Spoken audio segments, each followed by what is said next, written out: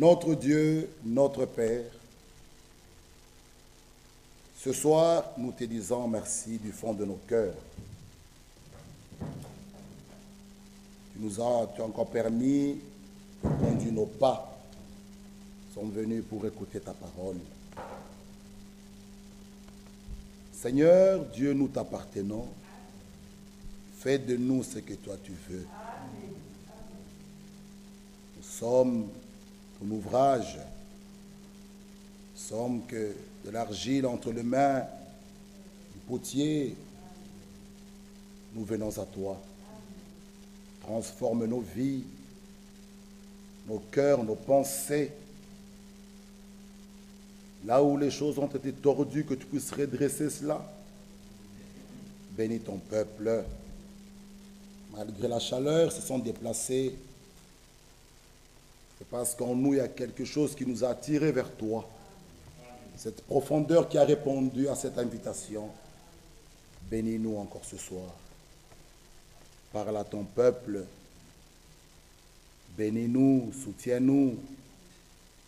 Réconforte, Seigneur, ceux qui sont devenus faibles. Nous prions pour ton peuple, ô Dieu. Ceux qui ont baissé les bras, que tu puisses leur donner la force. Il est écrit dans ta parole, ceux qui se confient en l'Éternel, renouvellent leur force. Guéris les malades, console les affligés. Bénis-nous, au nom de Jésus-Christ. Nous t'avons ainsi prié. Amen. Que Dieu nous bénisse. Nous avons les salutations en Jésus-Christ de la part de notre frère Lilanga. Il vous salue tous dans ce nom merveilleux de notre Seigneur et Sauveur Jésus-Christ. Nous allons prendre Jean chapitre 14 pour terminer notre sujet.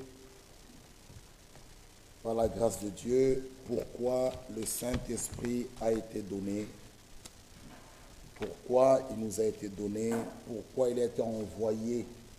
Nous pouvons nous lever, merci. Pourquoi il a été envoyé, pourquoi nous l'avons. Nous avons parlé qu'est-ce que le Saint-Esprit et pourquoi est-ce qu'il est là.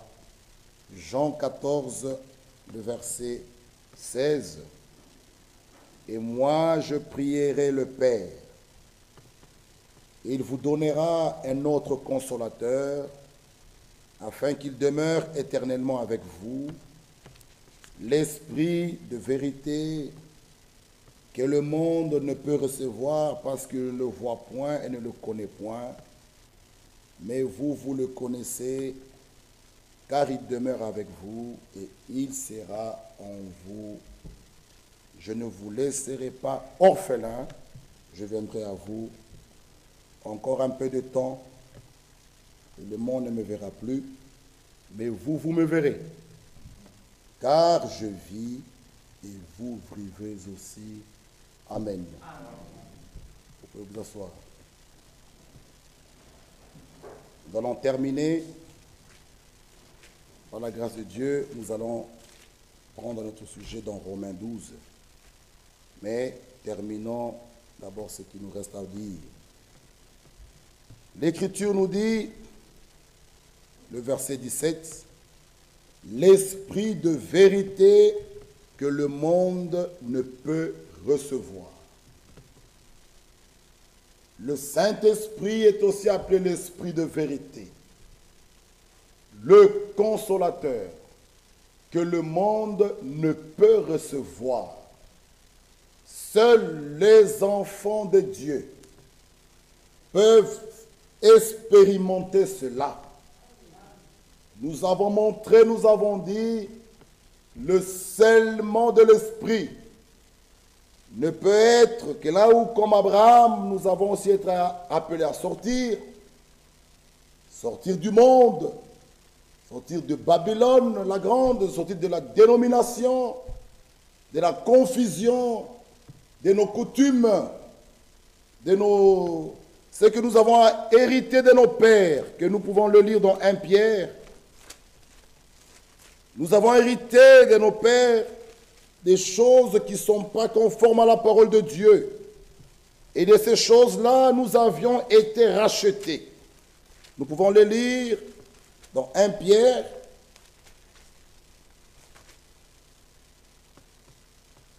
le chapitre 1, le verset 18. Vous savez que par des choses périssables, vous savez que ce n'est pas par des choses périssables, par de l'argent ou de l'or, que vous avez été rachetés de la vaine manière de vivre que vous aviez hérité de vos pères. Nous devons être rachetés de la vaine manière de vivre que nous avions hérité de nos pères. Lorsque Dieu nous sauve, ce n'est pas pour nous perdre. Celui qui est sauvé est sauvé. Dieu aime l'homme. Le but final, c'est que nous soyons à l'image de son Fils. Selon Romains. Romains chapitre 8.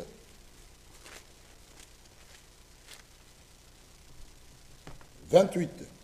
Nous savons du reste que toute chose concourt au bien de ceux qui aiment Dieu, de ceux qui sont appelés selon son dessein.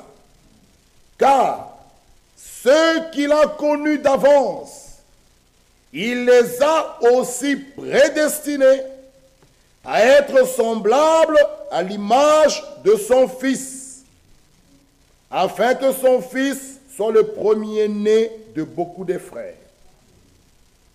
Ceux qu'il a prédestinés, pourquoi les a-t-il prédestinés? Le but final, c'est être semblable à l'image de son Fils. Dieu veut tabernacler dans l'homme. Nous pouvons le lire dans la Bible, 1 Corinthiens, lisez avec moi, le chapitre 3, 1 Corinthiens 3, le verset 16. 1 Corinthiens 3, verset 16. Ne savez-vous pas que vous êtes le temple de Dieu? Et que l'Esprit de Dieu habite en vous. Dieu veut venir tabernacler dans l'homme. 1 Corinthiens 6, 19. Ne savez-vous pas que votre corps est le temple du Saint-Esprit qui est en vous? L'Esprit de vérité, il sera avec vous et il sera en vous. Il veut tabernacler dans l'homme. Il veut venir en toi, mon frère et ma sœur. Mais, bien-aimés frères, nous devons lui consacrer nos corps. Romains chapitre 12. Romains 12. Nous allons déjà un peu prendre notre sujet. Romains 12, regardez. Parce que le Saint-Esprit ne viendra pas comme ça. Dans un homme ou une femme qui vit dans la débauche, dans les mensonges, dans les vols. Non, le Saint-Esprit, regardez un peu Romains 12, le verset 1. Je vous exhorte donc, frères, par les compassions de Dieu, à offrir vos corps comme un sacrifice vivant, saint, agréable à Dieu, ce qui sera de votre part un culte raisonnable. Dieu veut tabernacler dans l'homme. Dieu vous veut. Mais il est saint. 1 Pierre nous dit quoi?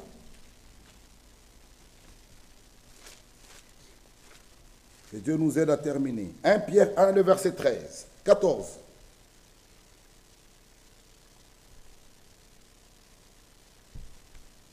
Nous pouvons lire même le verset 13. C'est pourquoi, saignez les reins de votre entendement. Soyez sobres, ayez une entière espérance dans la grâce qui vous sera apportée lorsque Jésus-Christ apparaîtra.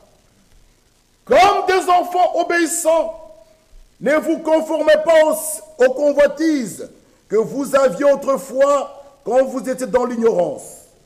Mais puisque celui qui vous a appelé est saint, vous aussi soyez saints dans toute votre conduite.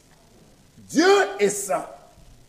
Il veut vous donner son esprit. Et son esprit est saint. Alors la question est posée. Pourquoi le Saint-Esprit a été donné? C'est pour nous accorder une vie sainte. Pour nous accorder l'unité. Il nous apporte l'unité. Il donne l'ordre à son Église. C'est ça le but pour lequel il a été donné. Là où tu ne peux pas, il te rend capable. Ah, il t'accorde la force de prier. Il t'accorde la force même de jeûner. Il t'accorde la force, frère. Même aimer son ennemi, ce n'est pas une chose facile pour quiconque qui est né d'une femme. Mais le Saint-Esprit en nous, nous rend capable d'aimer même celui qui te persécute. Le Saint-Esprit enlève la peur. Le Saint-Esprit nous remplit de la sagesse. 1 Timothée. 1 Timothée. Oh, vous voulez la sagesse? Mais la réponse est claire. 2 Timothée 1. Le verset 7. 2 Timothée 1. Le verset 7. Car ce n'est pas un esprit de timidité que Dieu nous a donné. Non. Au contraire, son esprit nous remplit de force. Ah. Le Saint-Esprit nous donne la force. Celui qui a le Saint-Esprit, il n'a plus peur. Son esprit nous remplit de force, d'amour et de sagesse. Vous voulez de la sagesse? Mais si vous l'avez en vous, il vous remplit de force, d'amour et de sagesse. Pourquoi elle a été donnée? C'est pour continuer à manifester Dieu au monde. Frères bien-aimés, il a été donné afin que nous puissions continuer à manifester Dieu au monde. Pour enlever la peur, pour nous donner la force de prier. Il nous remplit d'amour, afin que nous puissions même pardonner nos ennemis, même les aimer. Pourquoi il a été donné? Pour enlever tout le je ne peux pas. Il te donne la capacité. Là où tu ne peux pas, mais tu peux. Oui, avec l'amour philéo. Comment est-ce que tu peux aimer ton ennemi? Lui, lorsqu'il vient, il remplit ton cœur d'amour. Tu as la possibilité d'aimer même tes ennemis. Il est important de l'avoir. C'est pourquoi, mes frères, nous l'avons lu avec vous. Il a été donné, pour nous faire vivre une vie sainte. Oui, enlever, nous faire cesser de fumer. Oh, frères bien-aimés, il nous empêche de continuer à tromper votre femme. Il nous donne, il vient vous redresser ce qui est tordu. Le Saint-Esprit a été donné pour cela, pour une vie sainte. Il déverse l'amour dans nos cœurs. Nous allons nous aimer de telle manière. Il n'y aura même pas d'indigents parmi nous. Nous aimer, nous unir. Il n'y aura plus de clans. Il n'y aura plus de petits groupes. Nous sommes des tels, nous sommes des tels. Il n'y aura plus ça. Le Saint-Esprit nous conduit qu'à la parole. Il nous rend capables. Frères bien-aimés, il faut le désirer. Je vous l'ai dit, n'essayez plus de faire quelque chose. Désirez-le. S'il vient dans votre cœur, il vous rendra capable. Là où tu ne pouvais pas aimer, oh, tu vas aimer. Il te rend capable. d'obéir à toute la parole. Ah, ils te rendent capable de mettre en pratique la parole. Comme mon frère l'a dit, 3 choses que Dieu attend de nous. Écouter, croire, obéir. Lui te rendra capable. Tu obéiras à toute la parole. Tu mettras la parole de Dieu en pratique. Il te rendra capable de vaincre le péché, de vaincre la mondanité, de vaincre le monde. Il te donnera la force de surmonter toute tentation. Ah, tu seras une personne transformée. Il fait de toi un citoyen d'en haut. Et là-haut, c'est la sainteté, c'est la pureté des pensées, c'est la pureté des cœurs, c'est l'amour, c'est la joie, c'est la paix. Il fera de toi un citoyen d'en haut. Frère, un citoyen des cieux, une personne nouvelle, un témoin. Il va déverser sa puissance en toi. C'est cela le Saint-Esprit. Vous devez le désirer. Ne restez pas comme cela. Si vous ne l'avez pas, c'est encore le temps de la grâce. Il donne encore le Saint-Esprit aux enfants obéissants. Soyez seulement obéissants à toute la parole. Vivez la parole. Marchez dans la parole. Il accomplira sa promesse sur toi. Romains 12. Bien-aimés frères, prenons maintenant Romains 12. Romains chapitre 12.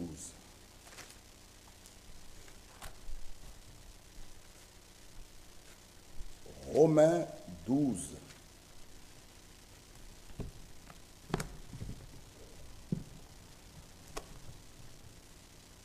Verset 1. Je vous exhorte donc, frères,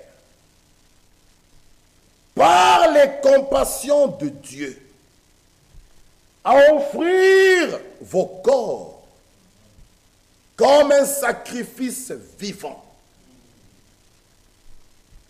saint, agréable à Dieu, ce qui sera de votre part un culte raisonnable. Et il dit au verset 2, ne vous conformez pas au siècle présent, mais soyez transformés par le renouvellement de l'intelligence, afin que vous discerniez quelle est la volonté de Dieu, ce qui est bon, agréable et parfait. Arrêtons-nous un peu là. L'Écriture nous dit, le premier verset, d'offrir nos corps. Offrez, d'offrir nos corps. À qui? À Dieu. Comme un sacrifice vivant, saint, agréable à Dieu, ce qui sera de votre part un culte raisonnable. Quelle est votre part? Faites simplement un culte raisonnable. Dieu fera le reste. Je reprends. Offrez vos corps comme un sacrifice vivant, saint, agréable à Dieu, ce qui sera de votre part. Votre part à vous, c'est faire un culte raisonnable. Et Dieu fera le reste. Offrez-lui vos corps comme un sacrifice vivant, saint, agréable à Dieu. Vous verrez ce que Dieu fera. Nous parlerons ce soir le pouvoir de transformation de Dieu. Dieu, il est la source de toute grâce. savoir, de toute sagesse. Oh, bien-aimés frères, le pouvoir de transformation de Dieu. Dieu aime l'homme. Nous allons voir. Faites simplement un culte raisonnable. Dieu fera le reste. Quel est le culte raisonnable de votre part? Lui offrir vos corps comme un sacrifice vivant, saint et agréable. Regardez 1 Corinthiens. Pourquoi lui offrir vos corps? Lisez avec moi 1 Corinthiens 6, là où nous étions, le verset 19. Pourquoi lui offrir vos corps? Pourquoi? Parce que votre corps est le temple du Saint-Esprit. Amen. Ah, votre corps est le temple du Saint-Esprit. Mais votre culte raisonnable, c'est en lui offrant vos corps comme un sacrifice vivant. Pourquoi? 1 Corinthiens, le verset 20, 6, 20. Car vous avez été rachetés à un grand prix. Amen. Vous avez été rachetés à un grand prix. Glorifiez donc Dieu dans votre... Donc, votre corps, votre esprit appartient à Dieu. Relisons l'Écriture. Glorifiez donc Dieu dans votre corps et dans votre esprit, qui appartiennent à Dieu. Votre corps, ce n'est pas pour faire des tatouages, pour faire n'importe quoi, pour mettre des histoires ici. Pour faire... Non! Votre corps lui appartient. Et votre corps est le temple du Saint-Esprit. 1 Corinthiens 3. Lisez avec moi. Chapitre 3, verset 16. Ne savez-vous pas que vous êtes le temple de Dieu et que l'Esprit de Dieu habite en vous? Maintenant le verset 17. Si quelqu'un détruit le temple de Dieu, c'est détruire quoi? Pardon? Ah! Que Dieu vous bénisse. Votre corps est le temple du Saint-Esprit. Le temple de Dieu. Donc si quelqu'un détruit le temple de Dieu, Dieu le gardera. Que Dieu vous bénisse. Dieu le détruira. Car le temple de Dieu est saint. Et c'est ce que vous êtes. Frère, le temple de Dieu, vous êtes le temple de Dieu. Donc là où tu amènes ton corps, sache une chose, que tu es le temple de Dieu. Tu n'as pas le droit de faire ce que tu fais de ton corps. Ton corps lui appartient. C'est dans 1 Corinthiens 6. Comprenez-moi bien. Soyez spirituels. Il nous dit, relisons, ne savez pas que vous êtes le temple de Dieu et que l'Esprit de Dieu habite en vous? C'est une question qui est posée. Ne savez-vous pas? Si tu ne savais pas, sache-le ce soir, que tu es le temple de Dieu et l'Esprit de Dieu habite en toi. Il a fait sa demeure en toi. Et il continue à dire, si quelqu'un détruit le temple de Dieu, Dieu aussi le détruira. Car le temple de Dieu est saint. Alors lorsque tu fumes, tu détruis le temple. Le temple de Dieu est saint. Rien d'essuyé ne doit entrer. Rien. Vous ne devez pas souiller ce corps. Lorsque tu l'amènes dans des bars, dans des boîtes de nuit, tu souilles ce corps. Or, l'Écriture dit, le temple de Dieu est saint. Parce que lui-même, Dieu est saint. Et c'est ce que vous êtes. Donc, vous avez une grande responsabilité de faire manifester Dieu au monde. C'est une grande responsabilité qu'a les chrétiens, qu'a les croyants, de faire voir Dieu au monde. C'est une grande responsabilité. L'enfant du roi n'est pas libre de faire ce qu'il veut. Si vous ne comprenez pas les choses terrestres, comment allez-vous comprendre les choses célestes? L'enfant du roi n'est pas libre de faire ce qu'il veut. Pourquoi? Il est de la famille royale. Il y a le sang royal qui coule dans ses veines. Il est de la famille royale. Il n'est pas libre de faire ce qu'il veut. Nous aussi, nous sommes les citoyens d'en haut. Frère, nous sommes les enfants du roi des rois. Il a fait de nous un royaume, des sacrificateurs. Nous ne sommes pas libres de faire ce qu'on veut. Ce n'est pas la loi. Non, nous appartenons à un royaume. Dans ce royaume-là, c'est la sainteté. Dans ce royaume-là, c'est la pureté des pensées. Dans ce royaume-là, c'est la pureté de cœur. Dans ce royaume-là, c'est la paix. Ah, les choses du royaume. Si les gens du monde comprennent ça, ce qui nous étonne, c'est des gens qui s'appellent croyants, qui s'appellent chrétiennes. Nous vous supplions, au nom de Jésus, si vous ne voulez pas vivre la parole, qu'on vous appelle plus chrétien. Qu'on vous appelle, ne vous faites même pas appeler chrétien.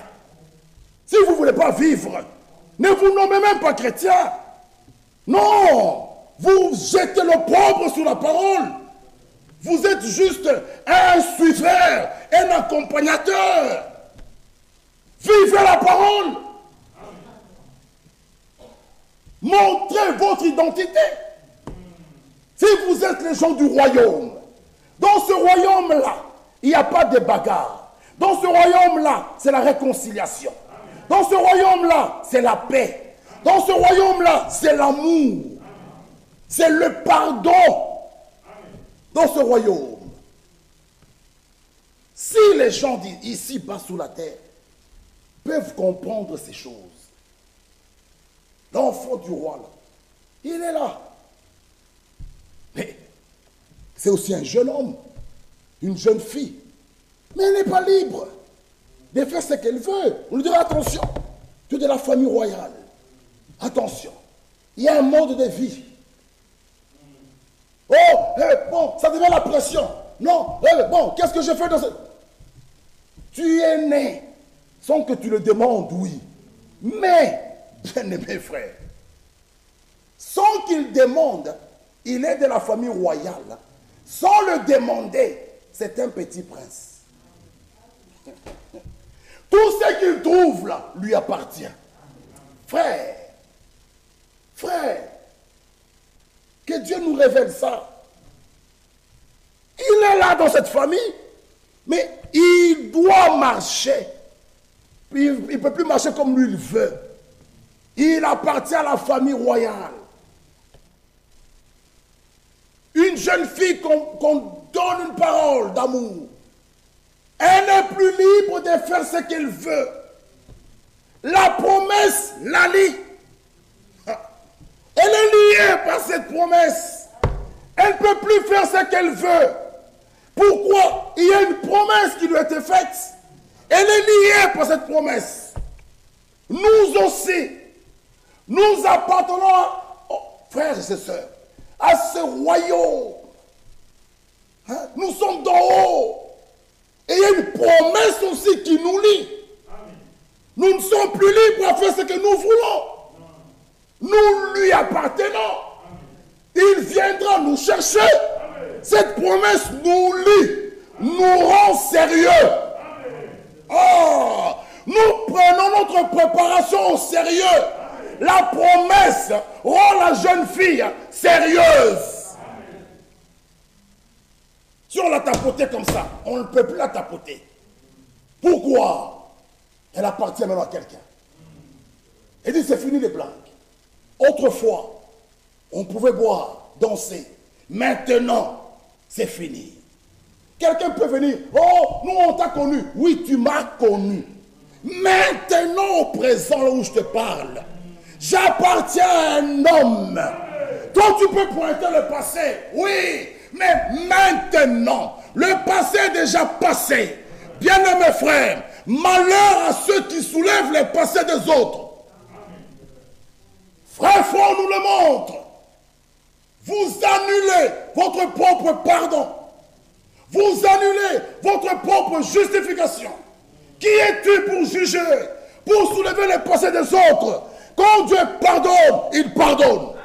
Nous regardons maintenant. L'Écriture nous dit, bien-aimés, nous sommes maintenant enfants de Dieu.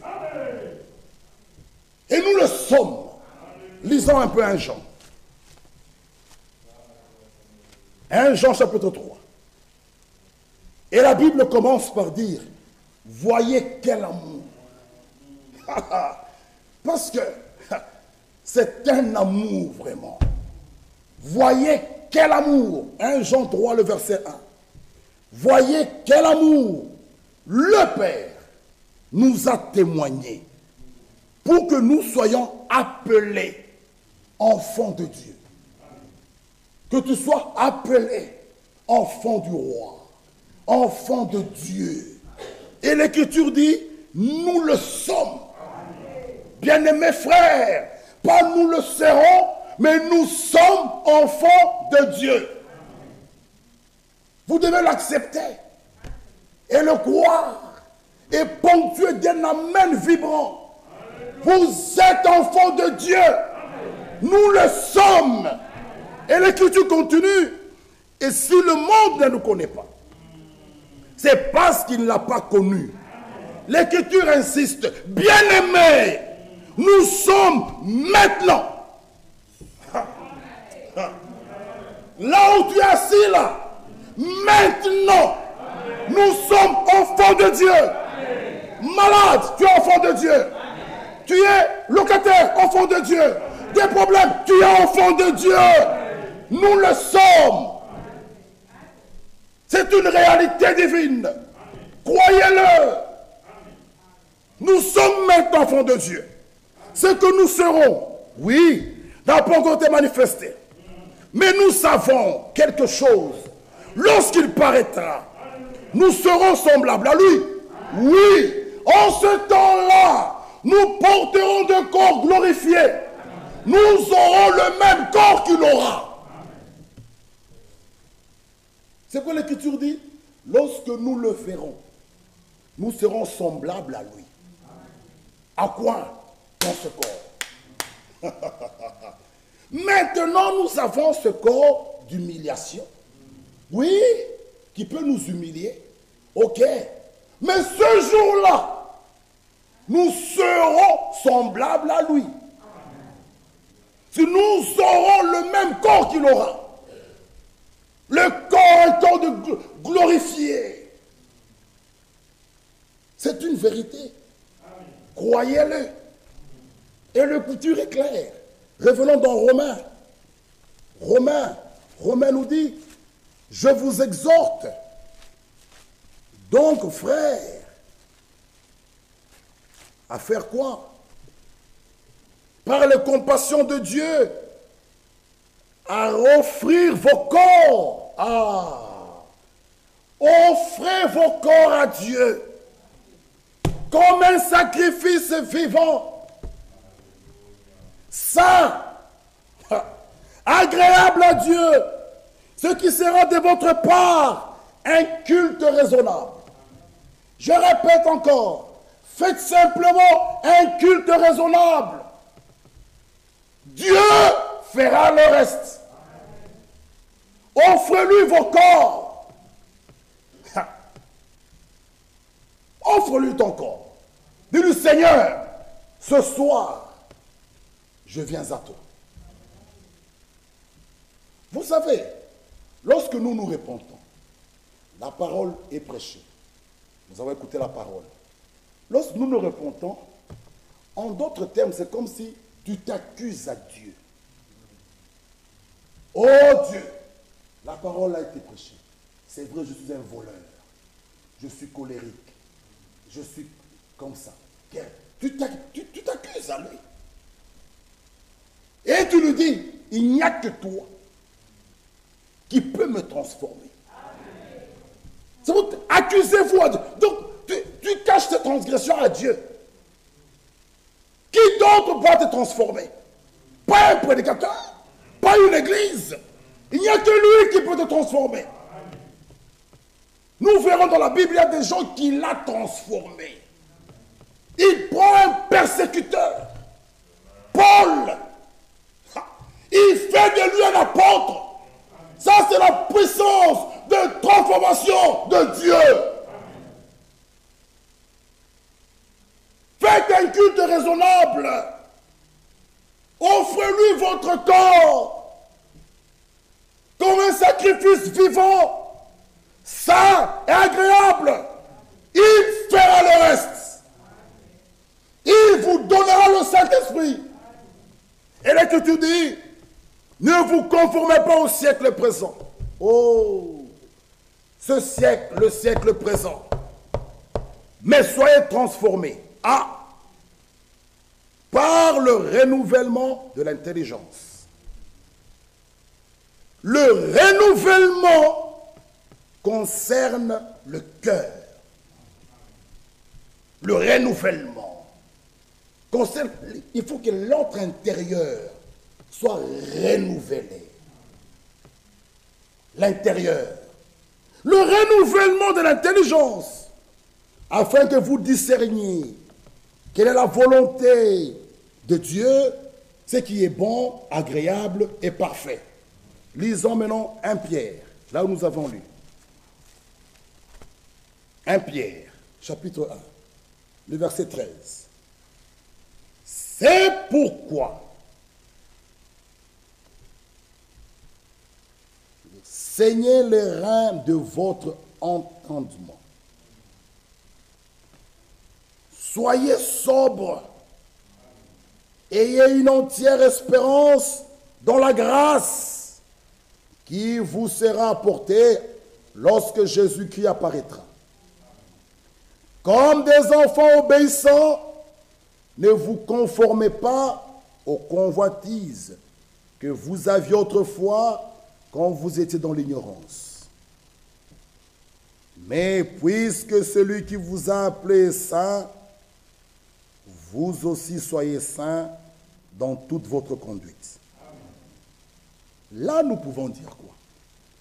L'obéissance nous conduit dans la sainteté. On parle ici, le verset 14, comme des enfants obéissants. L'obéissance nous conduit dans la sainteté.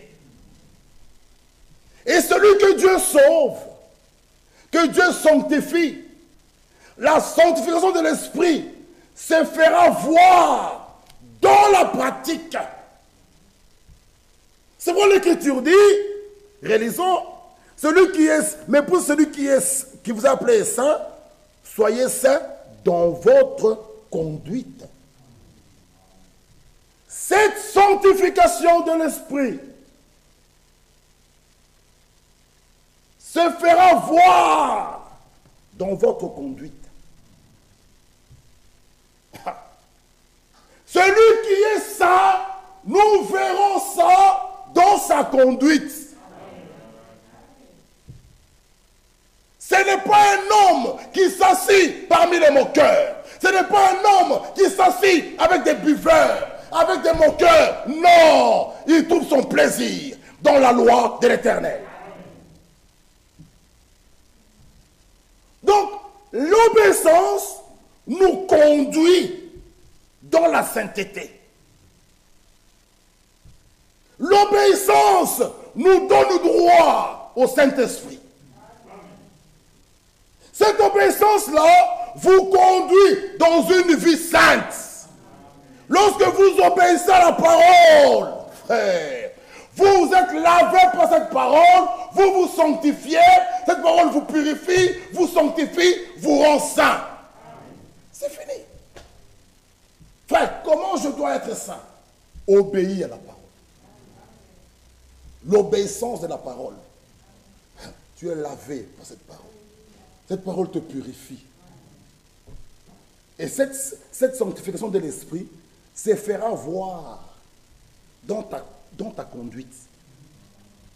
On trouve un élu avec des ivrognes assis. Les ivrognes 10 ou 15 ivres, lui au milieu d'eux. Non! Que dit le psaume 1? Heureux l'homme qui ne s'assied pas parmi les moqueurs, mais qui trouve son plaisir dans la loi de l'Éternel. Les mauvaises compagnies corrompent les bonnes mœurs. Comment un élu, un saint, ses amis, ce sont des païens, des ivrognes, des fumeurs. Ils ont des copines, des copains, c'est ça tes amis, tes amis. Non! Ta conduite aussi est sainte. Ah! Réalisons cela. Puisque celui qui vous a appelé est saint, vous aussi soyez saints dans toute votre conduite.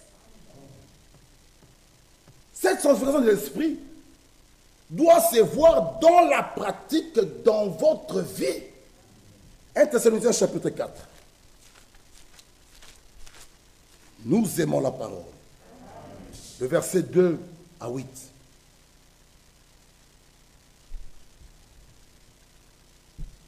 Vous savez, 1 Thessaloniciens 4, 2.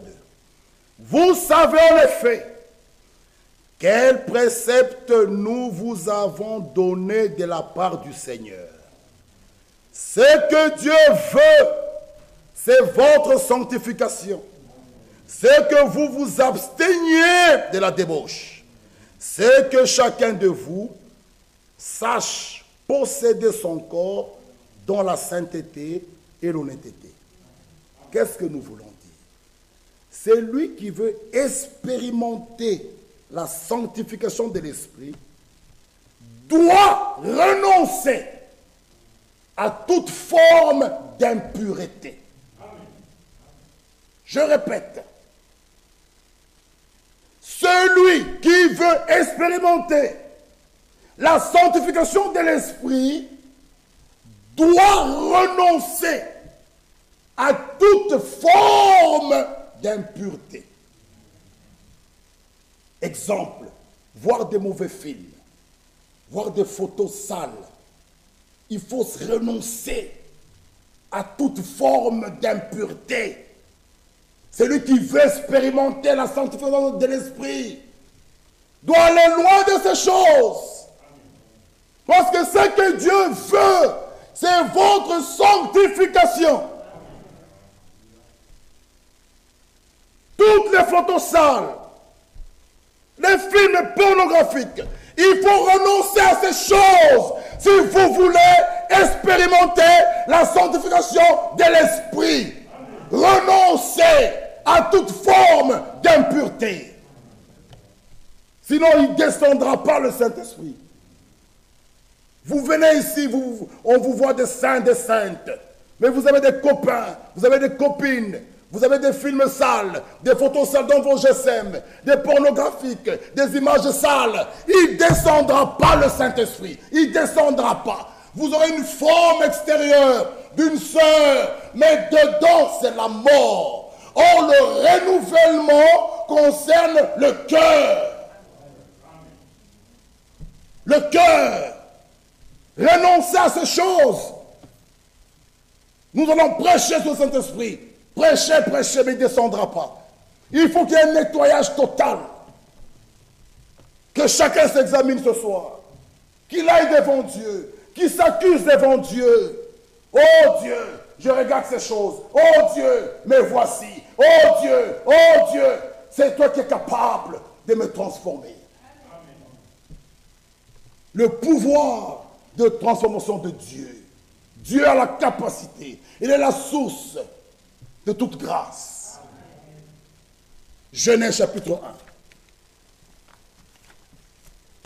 1. Genèse 1. Dieu est bon. Il nous aime. Alléluia. Genèse 1.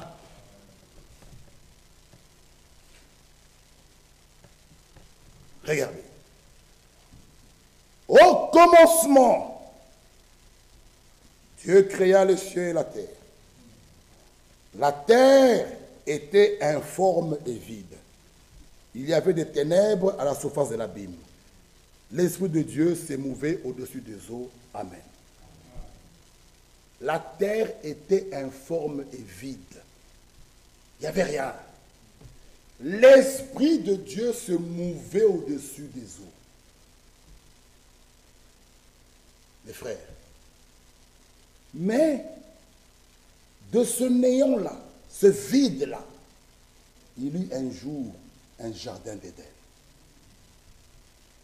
Dieu est capable de prendre une prostituée, faire de cette femme une sainte.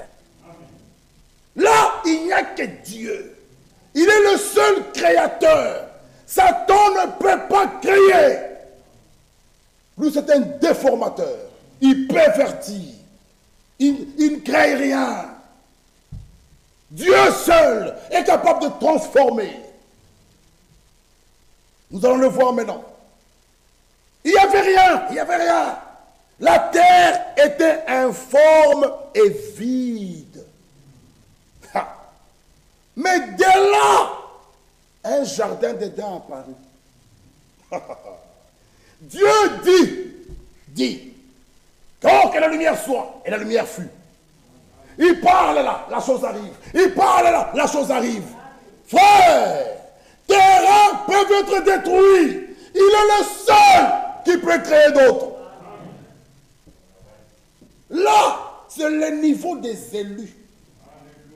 Ils croient, ils prennent Dieu au mot. Il y a des personnes qu'on devait opérer. Les reins étaient détruits. On refait les examens. Le médecin crie. Il dit c'est pas pour, c'est un miracle. Oui, c'est un miracle. Il n'y a que Dieu qui peut faire ça. Il n'y a que lui, frère. Il faut le croire. Ce soir, ton cas, il n'y a que lui qui peut donner solution. Il n'y a que lui. Oh, ma femme, elle est têtue. Oui, il n'y a que Dieu qui peut la rendre soumise. Aime-la, prie pour elle. Frère, oh, mes enfants sont rebelles. Oui, il n'y a que Dieu qui est capable de les rendre obéissants. Oh, mon mari ne m'aime pas. Oui, il ne t'aime pas. Il n'y a que Dieu qui peut déverser l'amour dans son cœur. Il t'aimera. Mais il faut le croire qu'il n'y a que Dieu. Parce que dans la salle, il y a des gens qui limitent Dieu. C'est très grave. Ce démon, depuis ma naissance, mon père, ma mère, mes oncles, il dit à son mari, toi tu penses quoi? Que tu peux quelque chose? Non, je ne peux pas. Mais je sais, il y a quelqu'un qui peut. Il y a quelqu'un qui peut. Qui? Dieu. Il y a des gens qui limitent Dieu. Honte à vous. Votre incrédulité va vous détruire. La terre était informe, pas déforme, informe et vide. L'Esprit de Dieu s'est mouvé au-dessus des eaux. Dieu dit, le verset 3, que la lumière soit, et la lumière fut. Tout a été changé. La terre qui était informe et vide, d'un jardin d'Éden, s'était transformée, rendu différent de ce qui était. C'est le mot transformé, de Romains 12. Rendu différent de ce qui était. Les choses ont changé. Mais bien aimé, Jésus-Christ, lui seul est Hébreux 13, 8. Que dit Hébreux 13, 8? Il est le même hier, aujourd'hui, éternellement. Dans Malachie, il est écrit, Dieu ne change pas. Mais nous sommes appelés à changer, à être transformés, à devenir des nouvelles créatures, à naître de nouveau. De nouveau. Nous, pas Dieu, non. Nous. Lui ne change pas. Jésus est Hébreux 13:8. Toi, tu es appelé à changer. Ton caractère ton caractère là, il faut que ça parte. Que tu reçoives un caractère divin. Tes goûts, tes pensées, tout doit changer. Dans cette Bible, il y a des témoins. Lisons d'abord 1 Corinthiens. Nous allons vers la fin. Lisez d'abord avec moi 1 Corinthiens.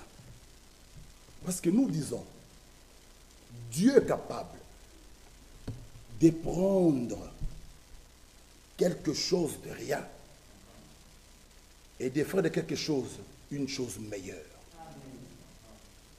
Je répète, Dieu est capable de prendre quelque chose qui n'a rien, qui dit rien, et de faire de cette chose une chose meilleure. Ça, c'est la puissance de transformation de Dieu. 1 Corinthiens 1.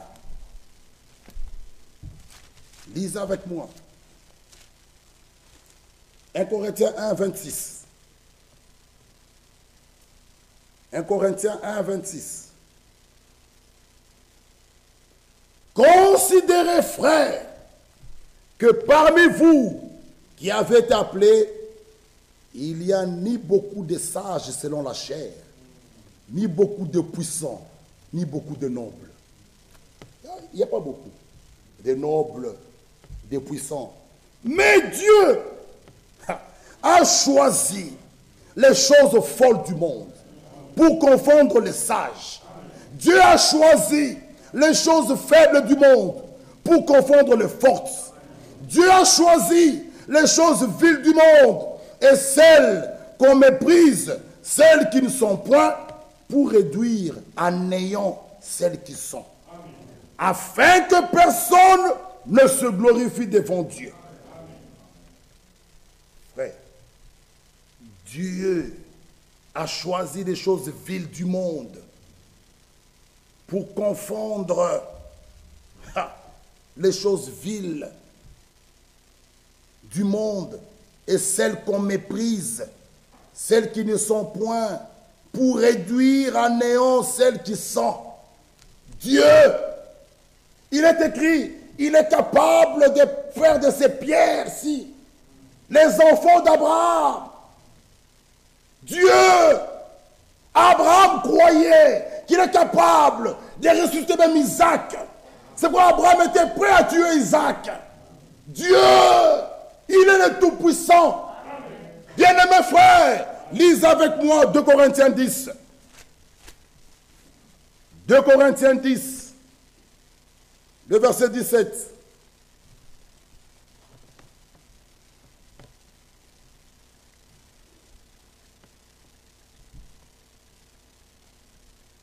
Que celui qui se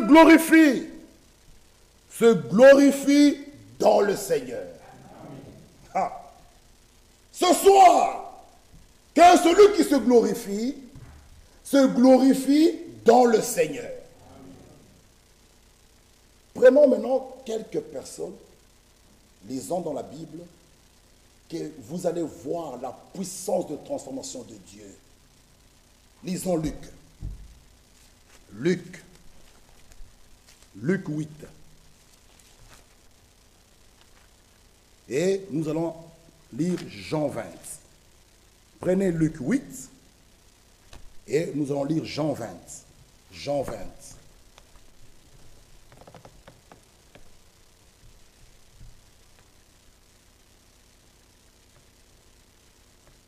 Luc 8.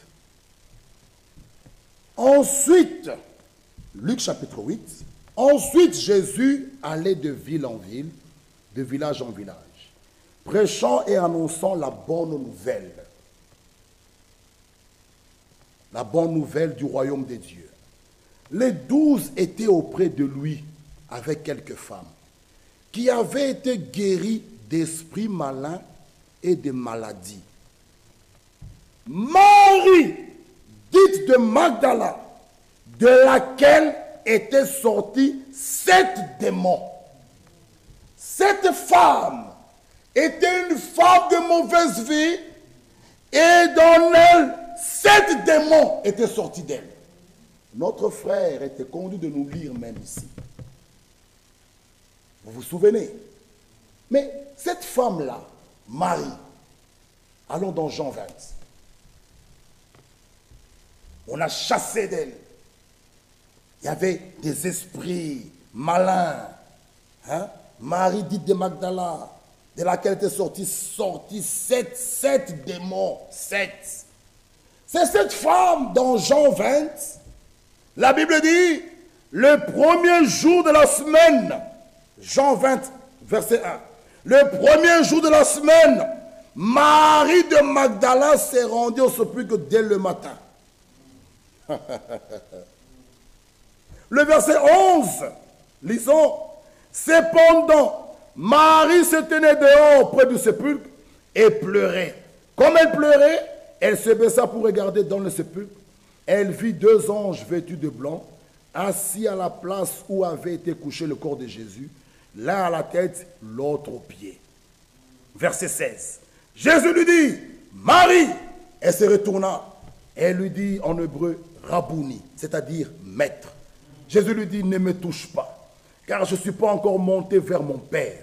Mais va trouver mes frères. Dis-leur que je monte vers mon Père et votre Père, vers mon Dieu et votre Dieu. Verset 18. Marie de Magdala alla annoncer aux disciples qu'elle avait vu le Seigneur, qui lui avait dit ces choses. Marie de Magdala, c'est elle avec qui on avait enlevé 7 démons. C'est elle ce jour-là qui est allée annoncer aux disciples la bonne nouvelle. Ça, c'est la puissance de transformation de notre Dieu. Dieu est capable, même ce soir, de prendre une prostituée, de prendre un voleur, faire de lui un saint. Souvenez-vous le voleur à la croix. Le voleur à la croix, ce jour-là, il a reconnu que cet homme, c'est celui qui pardonne. Le voleur à la croix a reconnu que cet homme, c'est celui le Messie. Il dit, Seigneur, souviens-toi de moi. Frère, souvenez-vous de la femme m'attrapant flagrant délit. Maître, Moïse nous a dit, une telle femme doit être lapidée. Vous pouvez le lire chez vous. Selon Deutéronome 22, 22.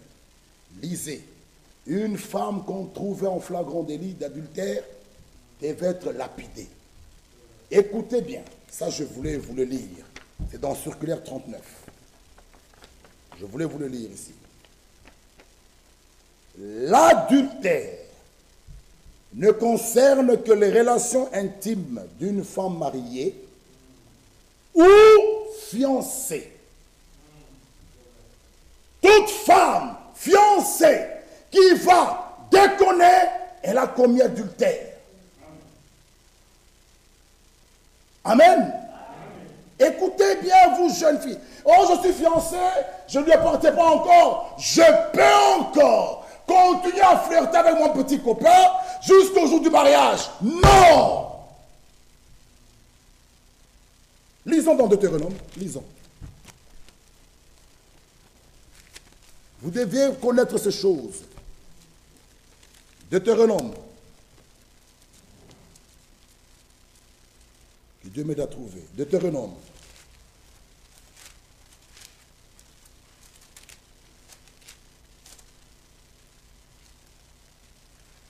« 22. Ah, Deutéronome 22. 22, 22. Si l'on trouve un homme couché avec une femme mariée. Ils mourront tous deux. L'homme qui a couché avec la femme et la femme aussi. Tu ôteras ainsi le mal du milieu d'Israël.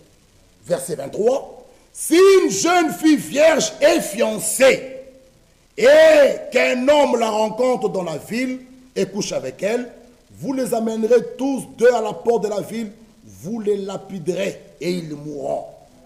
C'est pourquoi cette femme en flagrant délit, on a dit à Jésus, Moïse nous a dit, il s'est basé selon Deutéronome, qu'elle doit être lapidée.